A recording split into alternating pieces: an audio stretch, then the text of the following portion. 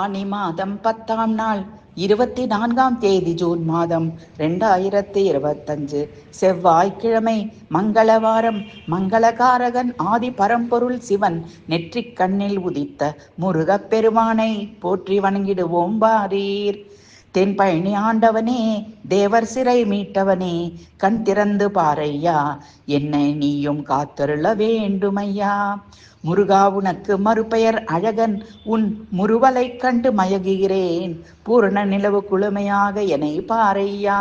அறுபடை வீடு கொண்ட திருமுருகா, உனை அழகு தமிழில் போற்றி எழுதி உனக்கு பாடல் சமர்ப்பிக்கிறேன், கேளையா.